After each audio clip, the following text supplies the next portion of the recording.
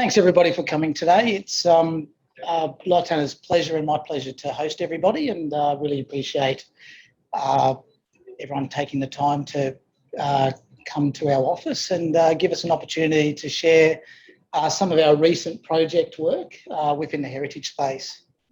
And today I'll be presenting on behalf of Bligh Tanner a number of different projects and different heritage buildings that we've worked on in the recent years. And Lee Hellen from Monitum will present with me. And Lee and his company offer a number of sophisticated monitoring techniques and products and systems and real-time monitoring that we can look at introducing into our projects and heritage buildings where they're relevant. And it's a pleasure to have Lee present with me today as well. Just to give you a bit of an oversight with Bligh Tanner, this is obviously our Brisbane office. We've got about 50 people within Bligh Tanner now, and that's both in Brisbane, and we've got a Sydney office as well, fronted with Nathan Scott, one of our directors, who's online today, and also Tim Marco as well. And if you've got any projects within the New South Wales region or anywhere in Australia, we'd be delighted to support those. And certainly Nathan and Tim have an interest in this space as well. As an engineering company, we've got structural, civil and water engineers, and we've got facades that's fronted by Paul Easingwood, which is a new addition to Bligh Tanner in the last 12 to 24 months. And we've also got water scientists that deal with water quality as well within Bligh Tanner. And within the heritage space, really that's an area that Rod Bligh, as one of the founding directors of Bligh Tanner, is really established and promoted. And Rod introduced the heritage space to me 12 years ago, and it's an area that I've really thoroughly enjoyed working with. It's allowed me to input into the preservation of some important heritage structures within Queensland and Australia, and allowed me to travel and work with some really lovely people over that period of time. And there's some projects listed on this slide that cover some of the different types of areas that and buildings that we've worked with. And a number of these buildings are we've actively collaboratively worked with people within this online session and also in this group here as well. Just to make a start on some of the projects that we'll be going through today.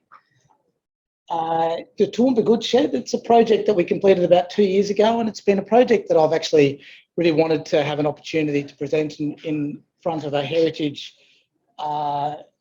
group, and unfortunately COVID really put a block to that.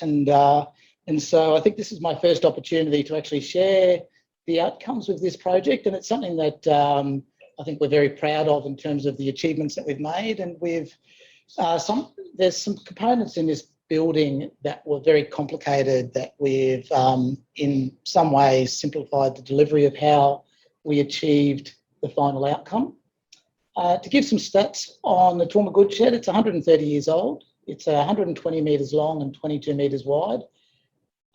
It was originally for rail as a goods shed, and so there's internal platforms, and the building was extended over three times over its lifespan, and that really complicates things from a structural engineering perspective, because we've got parts of information, and in other areas we've got a lot of unknowns that we're trying to work through. As a structural system, there's over 3,000 different timber members, so it's a lot of data, a lot of information, and that we need to sort through and make sure that we've covered over throughout the whole structure. And the building was closed and neglected for many years. So when we first started looking at the building, these are an example of some of the photos that we were dealing with. Just to give a few more stats on the building, the project was delivered for about $10 million, and it was a joint partnership between $5 million funded by the state government and $5 million by the Toowoomba Regional Council. We introduced 500 different individual timber repairs within the building, and some of those timber members are 300 by 150 mil in cross-sectional area. So really large timber members that needed to be installed within the existing facility in a safe way. And we introduced 2,000 new structural connections into the facility as well to accommodate the decay and deterioration that we were dealing with. We partnered with Sims White, who was the principal consultant in this case, and Converge was the heritage consultant. We spent quite a lot of time working closely with Simon Gall on the repairs. To give you an indication of the level of decay, the cladding, both wall and roof, was heavily deteriorated. It wasn't watertight at all. There was extensive decay, both termites and fungal decay, throughout many of the timber members in the building, and it was quite unsafe to access in the at the infancy of the project. So my first activity was to go through the building and actually developing a temporary works and propping plan to allow us to safely access. Every single foundation in the building was repaired and restored and rejuvenated. It was all in some form on timber. So whether it was timber bearers that were directly in contact with the ground or timber piles, there was a lot of extensive decay, and in some cases, new concrete strip footings were introduced. And in other cases, we were able to reuse the existing timber pile and just cut it off and actually build a new foundation off it. So a lot of that work required complicated propping and temporary works to lift the building up and allow those new foundations to be installed. And as anyone that's kind of worked with these old buildings before would have seen, there's a lot of pigeon poo and bird poo within the building, and it's quite a hazardous product to be working around, and there's all sorts of diseases that are associated with that. So there was a hygiene process and cleanup that was undertaken before we could kind of get our teeth into it. Initially, the Toowoomba Regional Council asked for the consultants to deliver a traditional design and construct package, and that was a partly documented package that they were asking for. And the main process that I undertook at that stage was really to educate Toowoomba Regional Council with respect to the risks of trying to deliver a heritage restoration as a design and construct. They're fairly incompatible project delivery models, and really the risks that Toowoomba Regional Council was exposing themselves to was just probably quite unmanageable in terms of time and cost. And so they were fairly receptive to the experience that we had in this field and listening to how we proposed to deliver the project. And what it enabled us to do is transition the project delivery into a hard dollar form where we fully documented all the repairs. And part of that process involved us introducing Colin McKenzie from Timber Queensland and Lex into the project. And we've worked with Colin McKenzie and Timber Queensland and Lex on a number of our timber restoration projects. And they've really, in the past, shown that they can complement these projects really well. And what they do is they will build on our initial early inspection work, and they will physically inspect with a variety of different tools and moisture meters and some minor drill testing every single structural member within the building. And they'll give me, or they'll develop plans such as this one, which really clearly show the extent of decay and deterioration that we need to manage and provide structural solutions around. And it allows us to very quickly just develop structural solutions around the problems that they've identified back to us. And Colin and Lex are timber graders. They're better at identifying timber decay than I would argue I am, and most of the engineers I work with are. And so they really complement these projects quite well by utilising their, and they're quite cost effective as well. I should have highlighted just at the beginning of the presentation that the three themes that I'd like to highlight and take away from today's presentation is the different advanced monitoring techniques that we can offer for heritage buildings, and that's Monitum's type of monitoring that we can look at, the use of 3D technology with these types of buildings and repairs associated with them, and also the industry professional partnerships that we can draw upon to actually complement these projects. And Colin McKenzie is very much one of those industry partners that can really complement the outcomes for these projects, and we can draw upon his experience and get really good solutions and outcomes. So some of the noteworthy items for the Toowoomba Goods Shed is that we produced a Revit model of the entire structure. And with a structure that's something like the Toowoomba Goods Shed, where we're dealing with 35 complicated trusses and thousands of timber members, Revit modelling really provides us, and this is a render of the model that we produced, really provides us with a clear, concise way of translating the repairs and external repairs that we need to accommodate in the final construction documentation.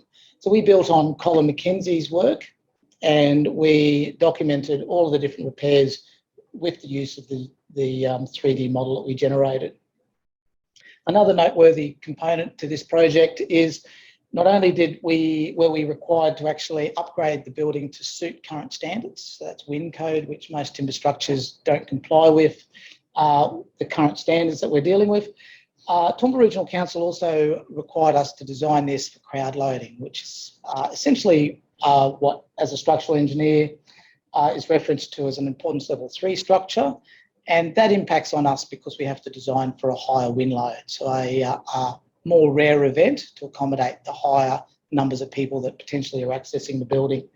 So not only were we upgrading and doing repairs to the building, we were also needing to look at clever ways of strengthening this facility to accommodate these crowd loadings that were going to be associated with performances in the building and events.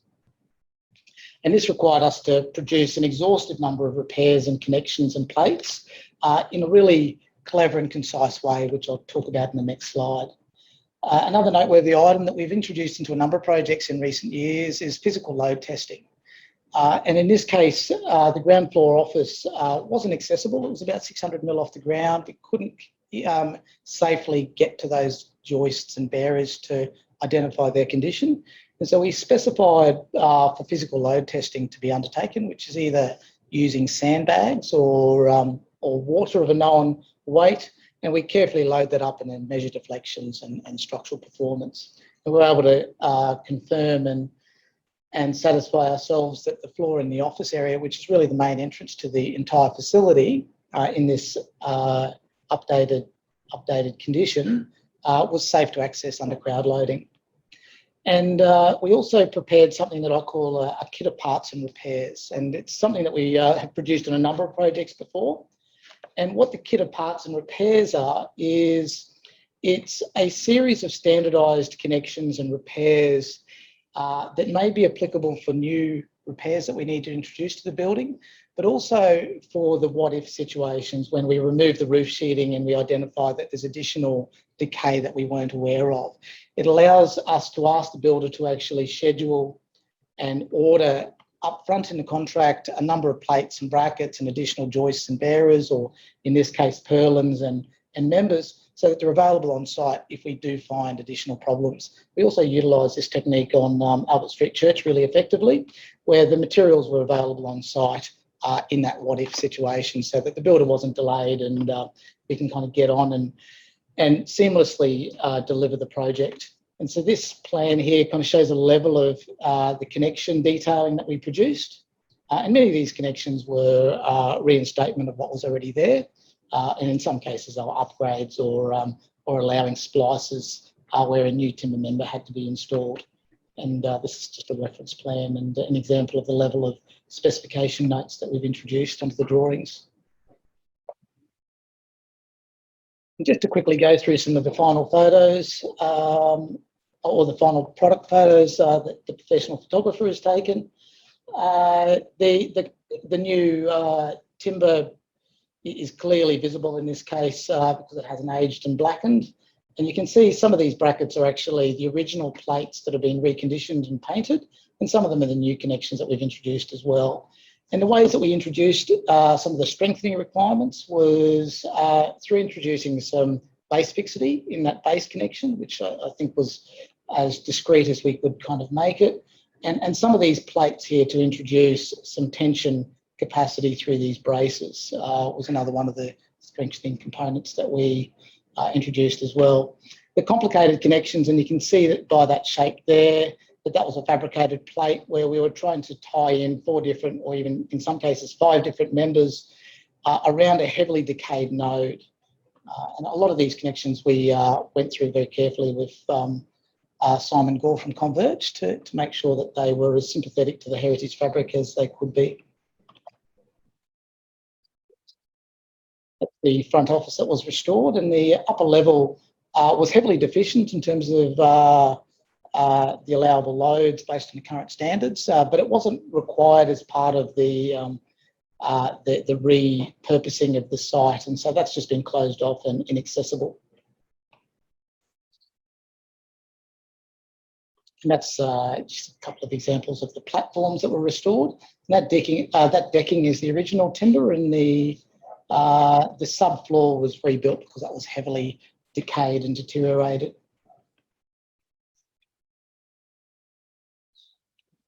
Just moving on to another project case study, the Albert Street Church, which we worked a number of years ago on with Ivan.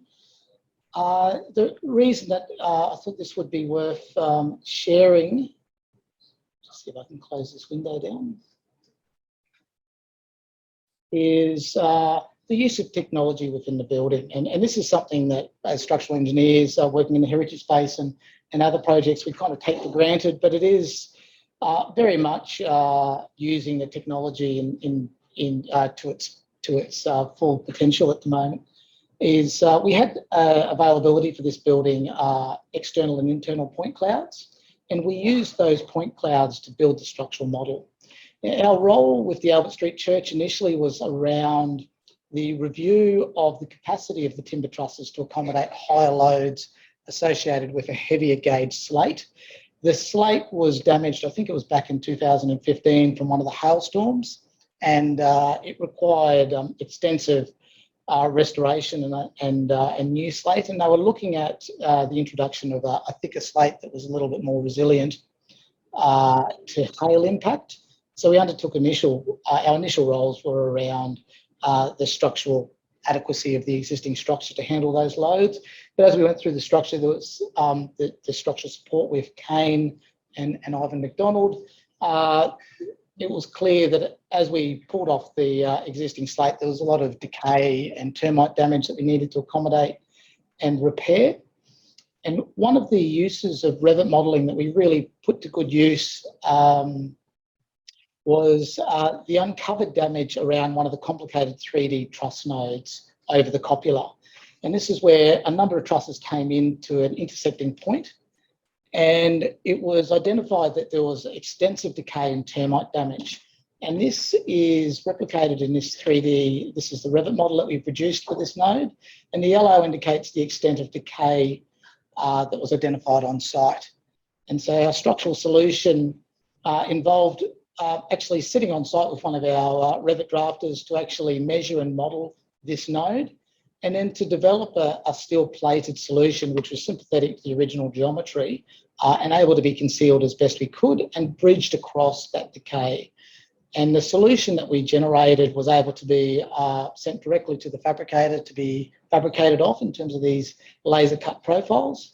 And we were able to, I think, what is a fairly good outcome in terms of how well we concealed a really complicated connection and allowed the building to hopefully stay quite serviceable for the next 100 years.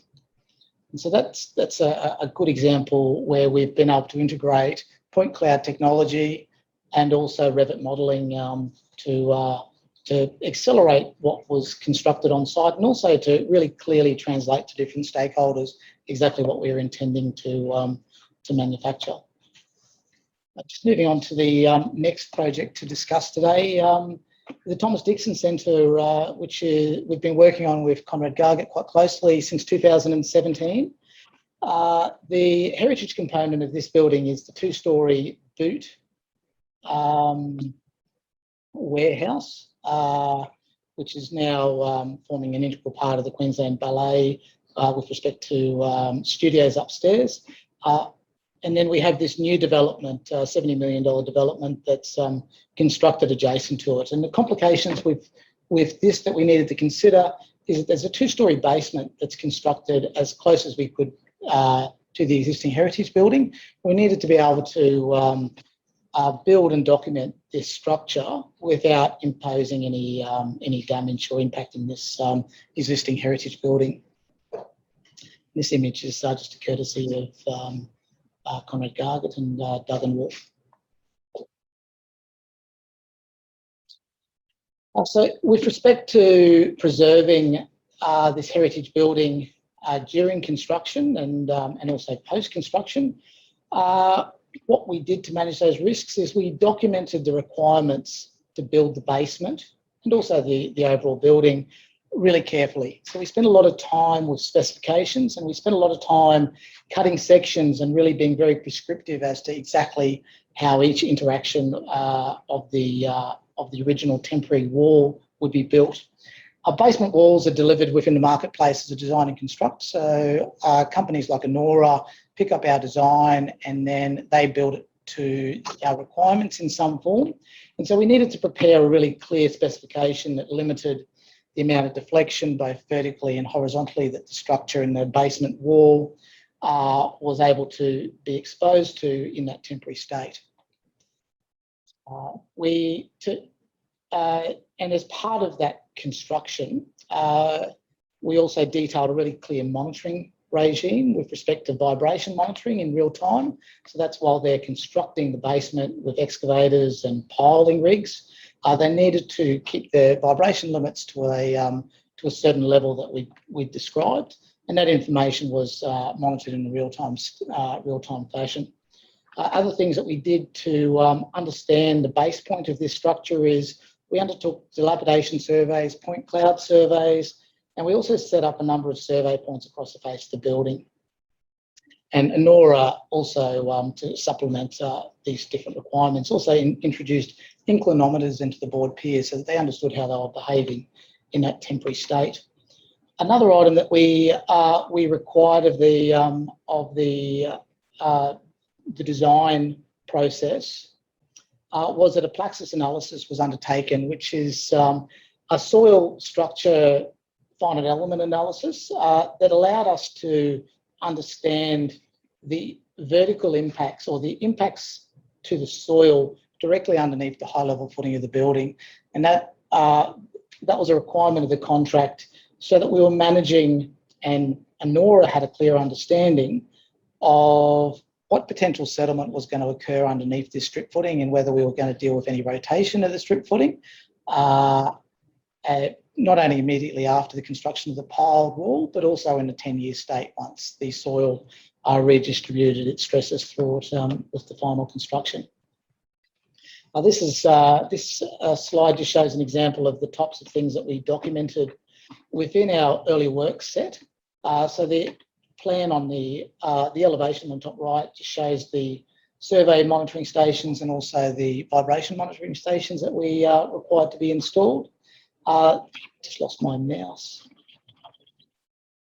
The bottom right corner prescribed the monitoring limits with respect to the PPVs, which is the peak particle velocity. So that's the vibration limits that we required to be limited to during construction, and a series of descriptions as to when work stopped and when the client was notified if it was exceeded. And vertical and horizontal movement of the actual capping beam as well was prescribed. The left image shows a series of cross sections that we prepared and just a level of complexity that was required at the different interfaces. Because the early works and main works contracts were separated, it required us to actually define the different limits, and the blue areas were actually what was built by the main works contractor.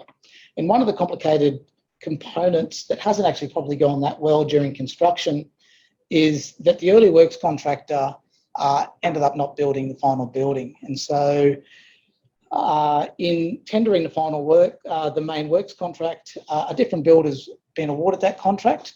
And then we're dealing with the interface between the two components of work. And if there was movement, which there was in this case, deciphering as to who's responsible for it and how that's to be managed, and even the role of the ongoing monitoring during main works has actually been quite trying and testing in this case.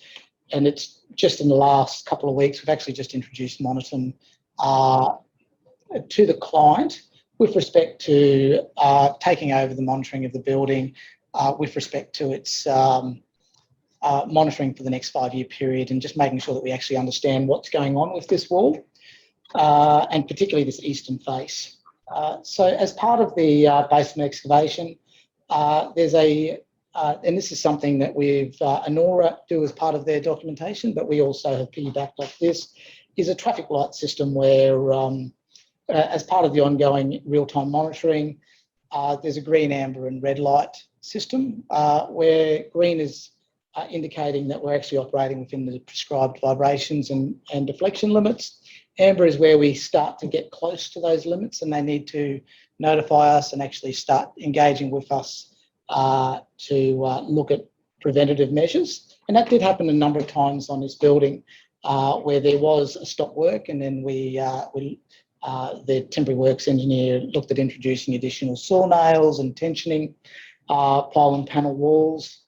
And one of the components that we had to work with is, before we even started building, in the southeastern corner of the wall, we actually there was about 10 mil movement that occurred, and that was a lateral displacement of that wall, which has occurred most likely associated with really heavy rain that occurred and softening of the soils in that area, and that introduced a really aggressive temporary works measure to restrain that wall back to the slab, and introduced additional piles as well. So the traffic light system does work.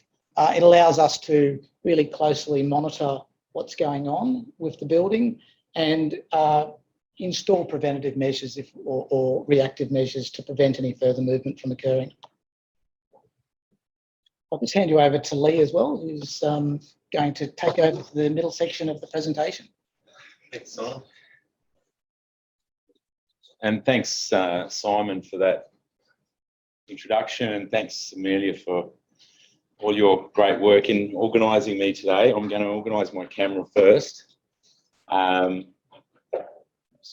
This one.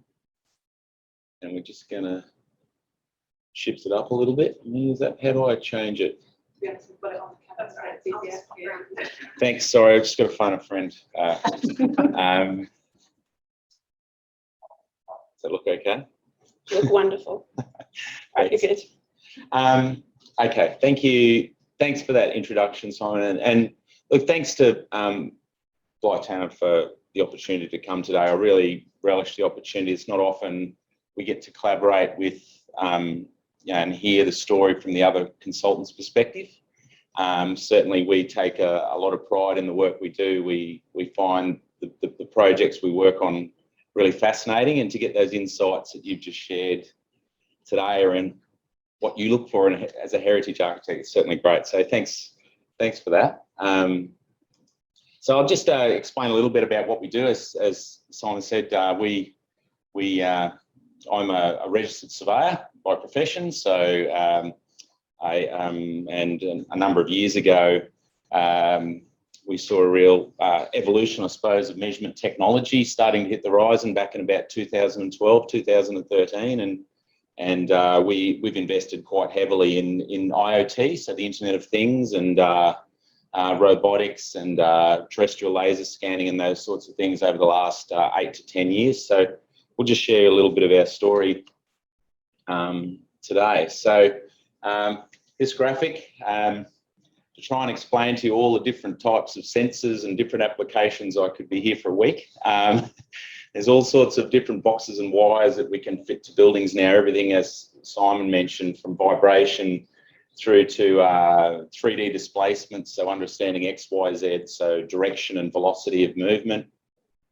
Everything from monitoring cracks, inclinometers, geotechnical information in the ground, pore water pressures, temperature pressures. We embed temperature sensors in structures to understand how they're performing, stress and load cells, tilt meters, vibration, and there's probably another one that's come out this week that we'll have a crack at. You know, it's a really rapidly evolving space, and we as working in the construction industry, as I have for the last sort of 20 odd years on a lot of major construction and infrastructure projects, both here and overseas, I really understand, I suppose, the stresses and challenges that construction managers and builders especially have from the builder's perspective, trying to respond to changing conditions and communicating that value. So we invested quite heavily when we started to see the Internet of Things. We really jumped into the real-time automated space, and there's a number of benefits we really see of the advantages of the automated technology. First of all, it really does. We think by getting very timely information can really add a lot of confidence, I suppose, and reassurance in preservation of critical assets, and especially culturally significant assets, which you've described today. Certainly, there's a huge advantage, the onus on worker safety. Certainly on site, we find is a really big driver for a lot of automated technologies as well. So that's another driver we find that's a real catalyst. The one thing I think is probably the greatest give back is improved project communication. Simon's mentioned today how it's really important when you're building a building is that you have timely, accurate information that people can rely on and make sound decisions.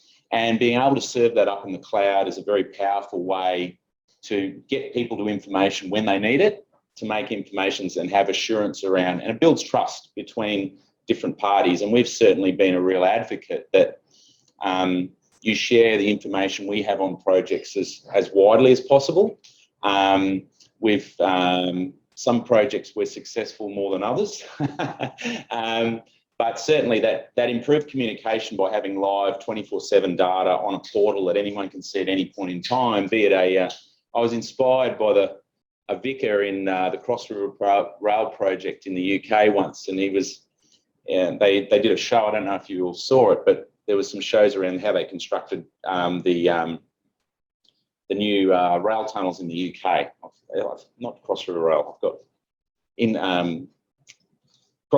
Crossrail or something, the one in the UK. And they had a show on the TV how the vicar there was a heritage church, and they were tunnelling right under the church, and the vicar was proudly showing off everyone his robotic total stations within his church and saying how this is keeping my building safe, and that's, we were quite inspired by that. So that communication is really important. And also the advantage of automated technology is we can scale up and scale down. So quite often, traditionally people would say, I need a reading once a week or once a month. But when, as Simon's alluded to, you start to get into an orange alert or a red alert, all of a sudden people need to know information possibly hourly or a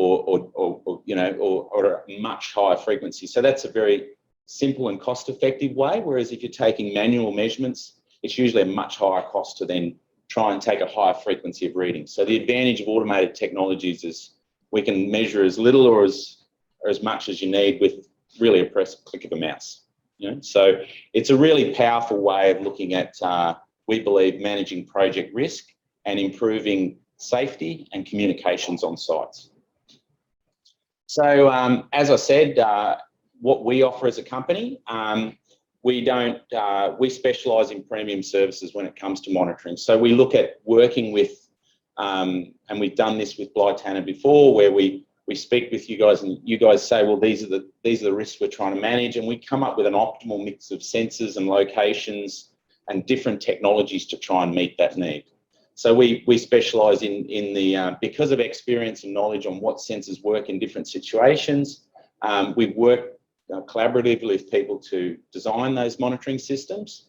We then specialise in the expert installation. So obviously the sensors themselves to perform reliably, they need to be installed securely and safely so that not only they perform within the tolerances they're predicted to do on the specification sheet, which is in a laboratory, by the way.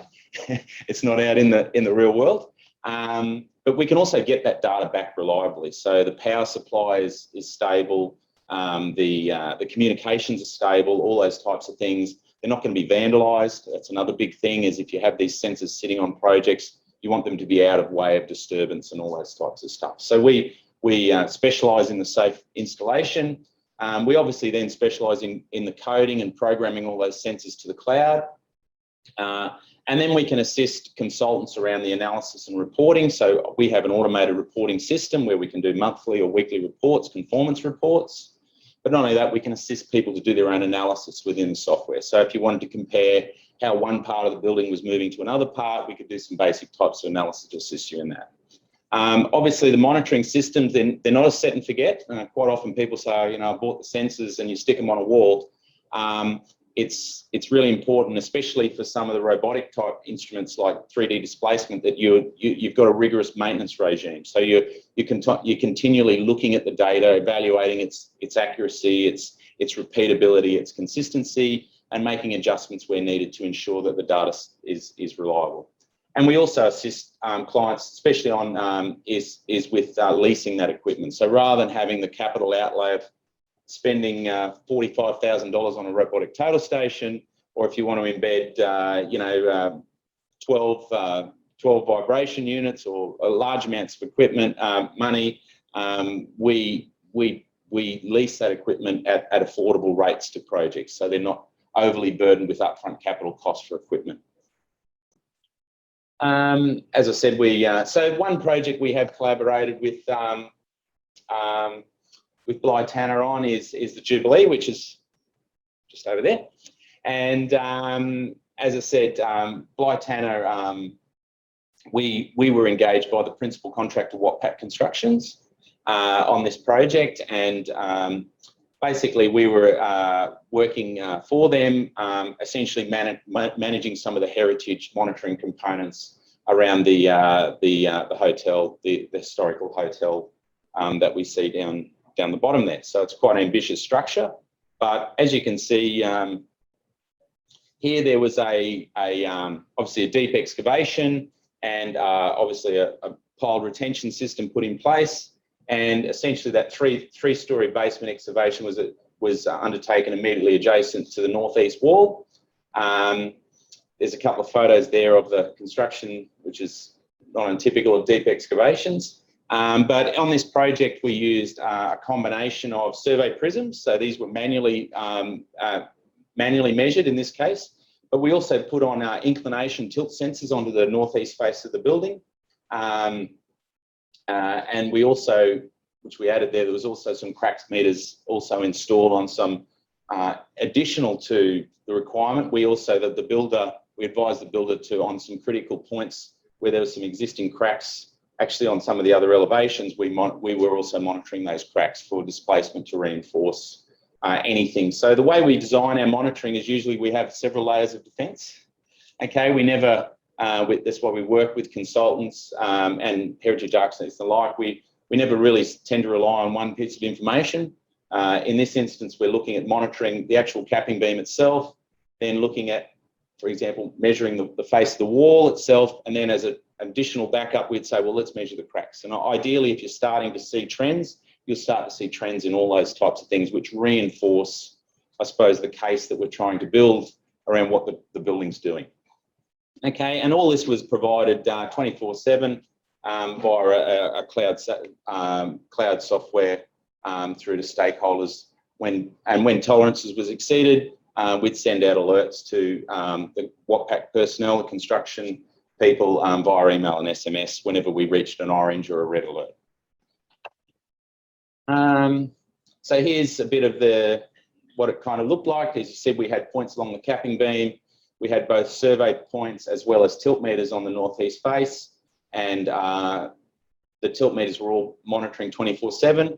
They were acting as a trigger in this instance. So this was a good mashup of different technologies. We were using the automated tilt meter sensors, which were measuring, I think, at 15-minute intervals. So they were taking a reading every 15 minutes. In this way, to save some cost for the builder, we were using the tilt meters to tell us when the structure was moving. And as soon as we started to see so there was a routine measurement of some of the conventional survey measurements. We were doing that monthly, but once we saw the building try and step out close to a tolerance, WAPAC saw that alert and brought the surveyors in to take another measurement. So rather than getting the surveyors there, originally the regime said we need a survey reading once a week. we actually were able to scale that back for the construction company by using automated sensors to tell us when there was movement, and then we used the survey to come in and reinforce the extent of that movement. So that's a fine example of how we could save some project costs and efficiencies by using automated technology to tell us when the building's moving rather than just doing it as a routine exercise. We also used, this is a bit of an example of, some of the different charts and displacement charts like that. As I said, we can quite clearly see, these are 2D linear charts, and you can see, this one's here is a change over time of radial displacement of the prisms on the wall. You get very good at reading charts in our game with different displacement sensors. So Simon also mentioned 3D laser scanning, and as surveyors, we specialise in very high precision scanning. So the scanners we use are generally of the highest order, and here's another example, not specifically to the heritage, but as you can see, the Jubilee structure is a very complex exoskeleton, they call it, and it was a very challenging exercise for the construction company, Watpac, to put all this together and know that the structure's in the right place at the right time. So we extensively used terrestrial laser scanning to essentially create heat maps of how that structure was performing over time as the different loading in the sequence was going, especially the positioning of the nodes. These nodes were highly complex 3D shapes, and we used terrestrial laser scanning, very high precision scanning, to align those nodes perfectly to ensure that everything was going in the right spot. And as the building was being loaded in different areas, we'd get different readings on how the structural steel was performing. So just another example of 3D technologies. We were essentially monitoring the construction to ensure how they were going in terms of a conformance, in terms of the structural, I suppose the spatial integrity of the building, to ensure it was plumb and built correctly. So I'll just share a couple other stories. I threw these in around the heritage mould. So we've also been very lucky to be involved in the Queen's Wharf project since 2017. There's a very rigorous heritage monitoring regime at Queen's Wharf, for those of you who are familiar with it. I know a few of you are. So we've been involved from the get-go with Destination Brisbane's consortium since 2017, embedding IoT into all these buildings. I can't tell you too much more than that because it's a current project, but certainly it's the scale of this project is quite enormous. We've got well over 600 sensors of different types, measuring everything from the Riverside Expressway through to the 4 or 5 different heritage structures we have around the site there. As I said, vibration. So DBC, certainly there was a number of very stringent constraints from the state government in terms of heritage preservation of these buildings, but also the Riverside Expressway that runs next door. So we've worked continuously with a number of different contractors on that project, and we're still going 4 years later. Taking close to about nearly 850 measurements a day, and we've been doing that for close to 4 years. So it builds up a pretty big database, but yeah, it's been a fantastic project to be associated on, and just proves with IoT the scale of the things you can achieve are quite incredible, and certainly Queen's Wharf's been an example of that. Another project which is kind of in the heritage mould, I don't know if any of you are aware of it or have worked on this one. This was the Collins Place preservation as part of the South Point development at South Bank. So this was the most probably photographed heritage building in going back in 2017. So I think this was one of the first, I suppose, original houses there in the South Bank area. That was one of the last remaining houses they actually preserved during Expo. But this site here was a very highly constrained site. Firstly, for the heritage preservation of this building in the centre, which has been repurposed, I believe, as a restaurant in the middle of the South Point development. So we had a very rigorous monitoring regime in terms of 3D displacement, making sure that thing didn't fall over while everyone was working underneath it. Is a very successful outcome. The retention system there, I think at Nora were involved in that one as well. And also adjoining that site was the is obviously the main railway line into Brisbane. So that was of critical significance that retention system didn't deflect any more than it had to. So, and we also, under that site, we had the Melbourne Street busway. So there's a tunnel that runs underneath the project as well. So we wired that site all autonomously 24/7, multiple different dimensions again, inclinometers, vibration sensors, crack meters in tunnels and buildings. We cut our teeth on that one back in 2014. So that was really quite an amazing project to be involved in. But certainly, from the heritage side, that was really fascinating to be involved in that one. And finally, Soda Factory, which we again work with Bligh Tanner on. These are ones just in Brisbane. We're involved here basically around the preservation of the facades, etc., in this Soda Factory building. So again, we embedded a system we recommended to Bligh Tanner that we embed some IoT into this project. So we embedded some crack meters, particularly around some of the existing cracks that were in the facade there. And so we embedded the IoT to give us essentially a live warning system when there was any adverse impact. And then once we used, in this case, terrestrial laser scanning, a very high definition terrestrial laser scanning to essentially produce heat maps of the structure to understand a very detailed view of what parts of the structure were moving during the event. So again, combining IoT with laser scanning was the best methodology we used in this instance.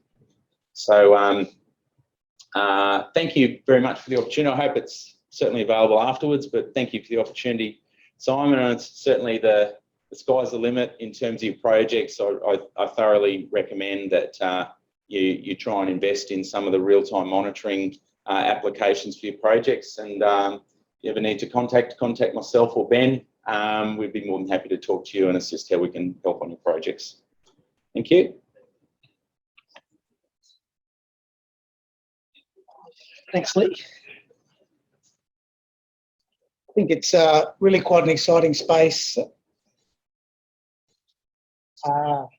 with the different technology that's quickly being developed, and the reason that structural engineers really look towards this monitoring is to actually understand when we need to intervene with the structure and do structural remediation. And if we don't have that information at hand, then we're really making guesses based on point in time observations. So when we have a collection of data over a period of time, it allows us to more clearly understand how the structure is behaving. And this space is really an excellent area where Lee and some of the technology that Lee's company offers can really supplement structural engineers and clients and stakeholders to actually be able to make those informed decisions. Just to finish today, I'd like to just take the opportunity to talk about some of the project work that we've been doing at Ravenswood with Ravenswood Gold. And there's been a number of different activities that we've undertaken in conjunction with Ravenswood Gold for this site. And some of this is really quite exciting, and it's really my pleasure to be able to share with you some of the things that we've had an opportunity to do. The Ravenswood Gold, or Ravenswood as a place, is about an hour and a half outside of Townsville, and it's been an area that's been mined for gold for the last 130 or plus years. And up until recently, it was predominantly an underground mine, which has just now been exhausted. And our work predominantly, we've been involved for the last 7 years with at different stages with the site, and quite intensively over the last 2 years. And specifically, our roles have been around the desire to actually build an open pit. And the open pit is shown by those contours there, and that's an acoustic bund that was, or that has been now built around that. And these coloured areas on the site show a number of different areas of significance. And niche, which is represented today with Stuart, has been involved with the site for a number of years. But all of these different coloured areas have different heritage significance. And the types of heritage features that we had to work around with respect to this proposed development is there were 6 chimneys on the site, and 3 of them were within the open pit, and 3 of them were outside. And over a period of time, there was a number of different negotiations that occurred with this, and it was agreed or approved that 3 of the chimneys would be protected and preserved, and 3 of them were actually able to be demolished. Our roles have been quite comprehensive in terms of the engineering support with a number of different components with the site, but specifically with the 6 chimneys, we've had a close involvement with the preservation and stabilisation of 3 of the chimneys. And in the case where there was approval to demolish 3 of the chimneys, we've actually looked at relocating those 3 chimneys with Ravenswood Gold, and partnered with Maury from Mosbiz to actually make that happen, which I'll talk about in the next few slides. Other items that we've undertaken on the site is a range of different things, including condition assessments and monitoring of the existing buildings on the site. And that monitoring now is occurring with respect to any blast impacts that the buildings might be subjected to, and how the buildings are performing in those conditions. We've also had involvement in the construction of and the specification of the acoustic bund, which is actually constructed over some heritage artefacts and features, and we've built up a number of specifications to allow those artefacts to be preserved, so that once the acoustic bund is removed, that they remain intact. Of the 3 chimneys that we preserved, Sunset number 2 was the most complicated. Each of the 3 chimneys has slightly different structural solutions as to how we've presented them, or how we've looked at preserving them. Sunset number 2 was by far the most challenging. It's actually inside the acoustic bund, and it's within 30 metres of the pit edge. It was subjected to the usual mine blasting related risks, which are fly rock, air blast, and also vibration impacts from the blasting. Our structural solution, based on the possible levels of vibration that that the chimney may actually see in the future, was to actually introduce a structural frame, and that structural frame has a number of purposes. That includes for us to be able to get access to actually maintain and repair the chimney over the lifespan of the mine if it's required. It also acts as a screen to protect from fly rock, and in its other state, it's actually 10 times stiffer than the chimney. So as we move forward with elevated blasting activity closer to the chimney, this frame has been designed to allow it to actually be connected without physical intervention, but just actually tinder battens across the face to actually stabilise the chimney during blasting. There was also a part of the actual big plan in the delivery of this structure that it could actually be relocated to another location on the site once the mine has been finished as a viewing platform. In terms of technologies, we again drew on point cloud and Revit, and in this image that you can see here, we overlaid the actual point cloud of the chimney. So that's actually a point cloud survey of the chimney with the actual natural terrain. And then we built the structural Revit model around that. And so that's a really good example of integrating point cloud technologies and Revit modelling. And to take that step further, it's something that we actually introduced into a number of projects now, is we did a fly around and a fly through with this, where we can deliver that as a clickable link in an email, and the client or the stakeholder could just click on that, and it actually provides an aerial view of the installed structure. And so everyone really understands, all the stakeholders understand very clearly what we're looking at actually providing. And part of our role in supporting this project was really to work very closely with DES and ensure that they had that we had their confidence that we were able to preserve these structures and actually look after their integrity throughout the mining period. And this photo here, which I only took actually 2 weeks ago, is the final installed chimney.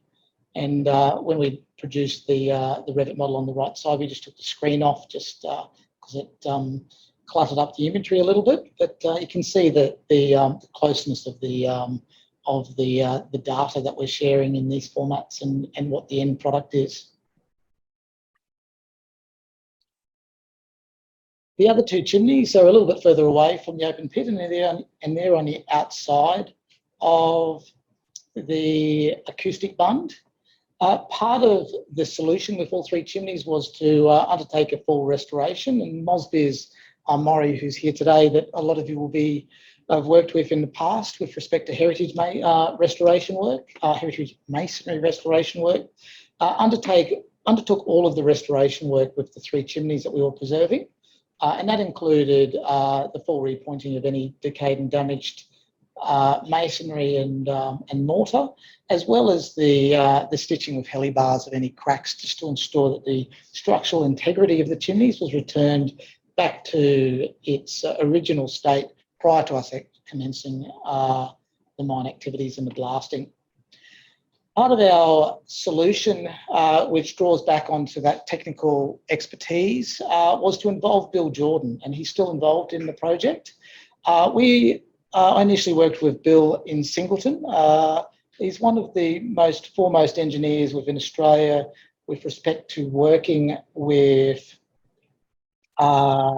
vibration-induced impacts of heritage structures and normal structures. He spends a lot of time down in Singleton working with the coal mines and a number of different heritage structures around the Singleton area in terms of the ongoing monitoring and management of those structures and making sure that the mine activities don't distress the buildings.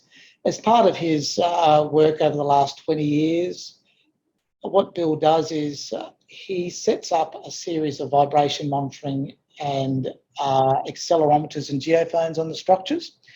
And as the structures get exposed to vibration from a blast, he's monitoring the impacts to the structure from those blasting activities.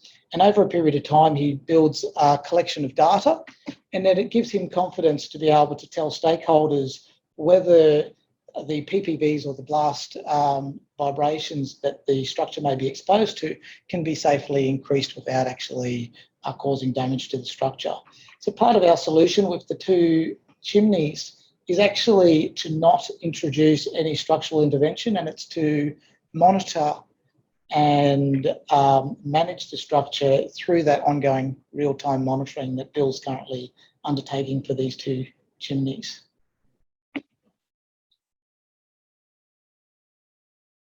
Another component to the work that we had the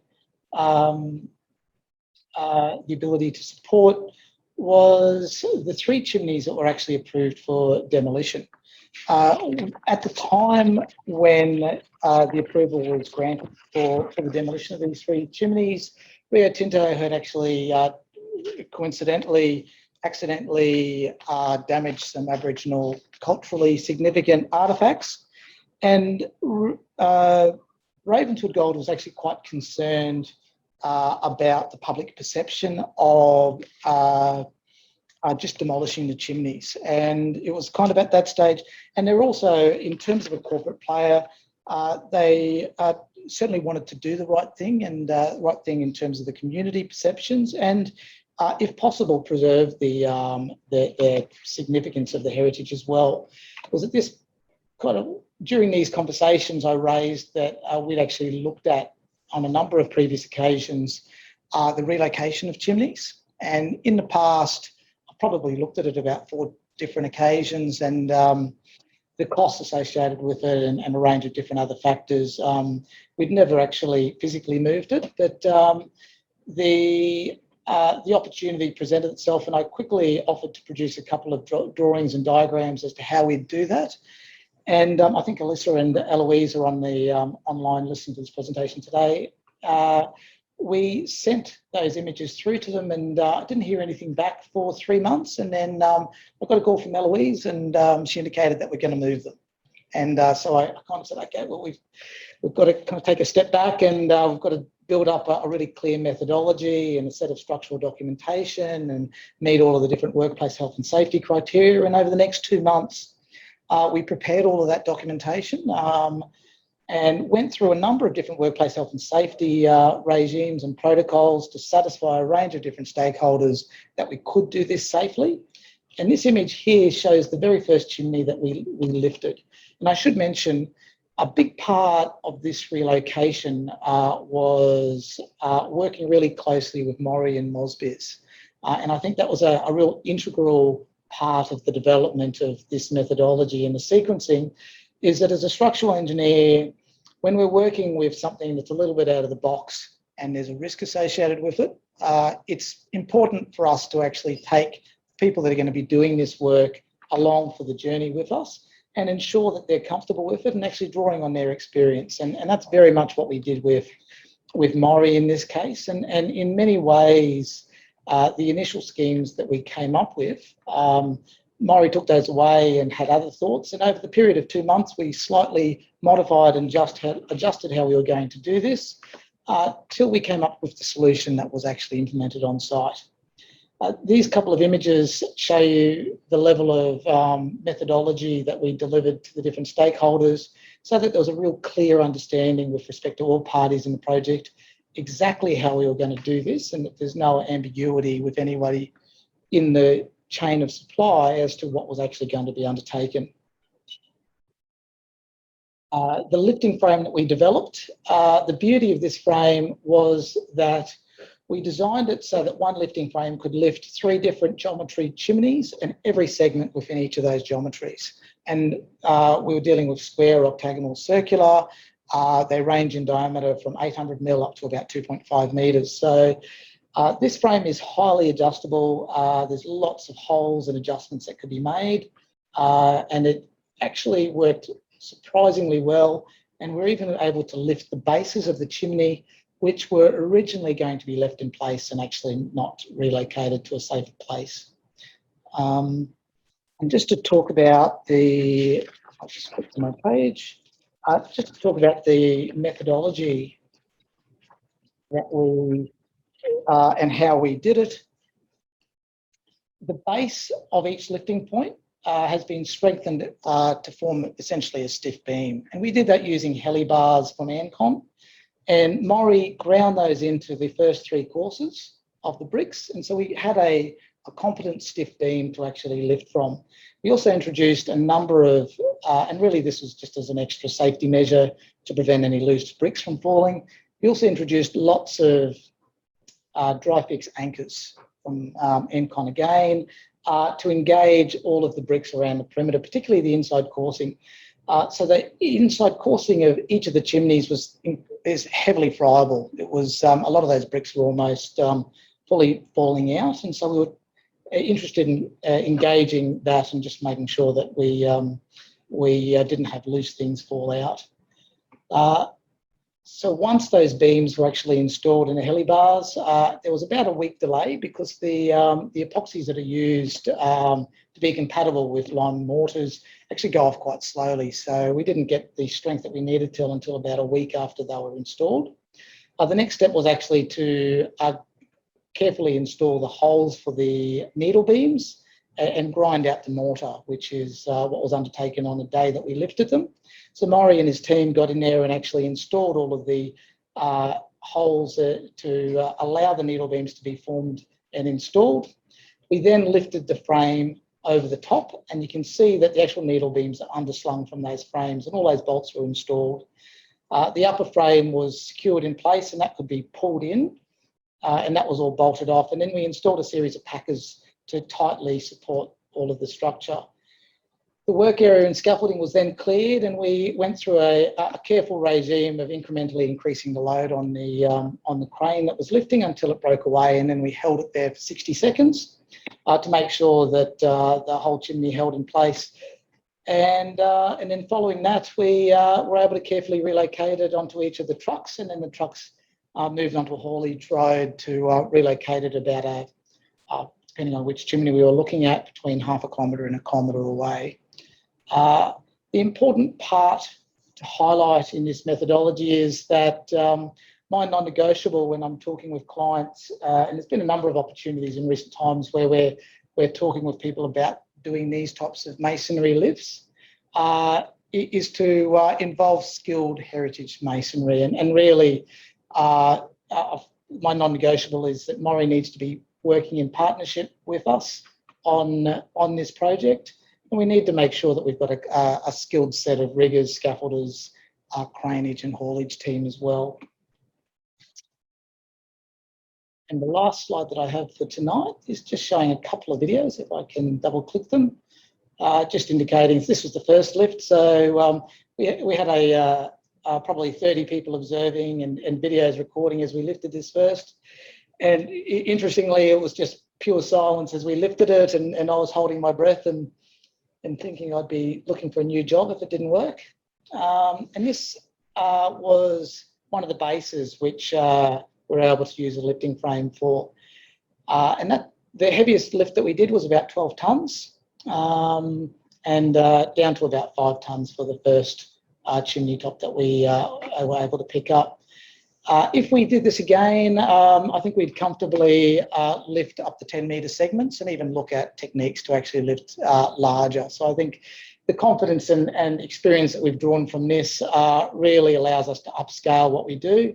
And then we're really looking at how we get it from A to B in terms of if we're dealing with bridges and things like that. But we can certainly safely lift much larger elements. And I think this is a space that has definitely been developed over time in Europe and throughout the US. And I'd like to think in the next 20 years, it's a space that Bligh Tanner can support and Mosbiz as well, to really have it as something that we can consider in our options as heritage consultants with respect to some of those solutions we may look at with stakeholders when a heritage asset conflicts with another structure that somebody wants to build.